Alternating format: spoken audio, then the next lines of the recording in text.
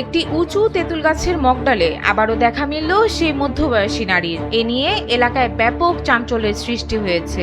মুহূর্তেই এই খবর ছড়িয়ে পড়লে আবারও তাকে এক নজর দেখতে গাছের নিচে একের পর এক ভিড় করতে থাকেন স্থানীয়রা। স্থানীয়দের ভিড় দেখে ওই নারী ডাল বেয়ে নিচে নেমে আসেন।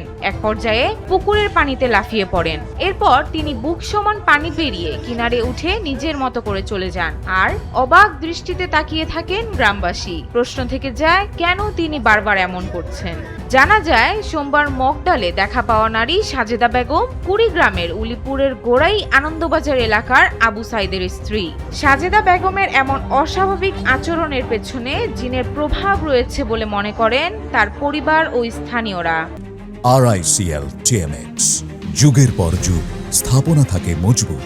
এর আগে গেল 6 মে একদিন নিখোঁজ থাকার পর একইভাবে ওই গাছের মগডালেই তার সন্ধান পাওয়া যায়। সেদিন ফায়ার সার্ভিসের কর্মীরা খবর পেয়ে তাকে গাছ থেকে নিরাপদে নামিয়ে আনার চেষ্টা করেছিলেন, কিন্তু তখনও তিনি উদ্ধারকারীদের উপস্থিতি দেখে ডাল বেয়ে নিচে নেমে পুকুরে পানিতে লাফিয়ে পড়েন।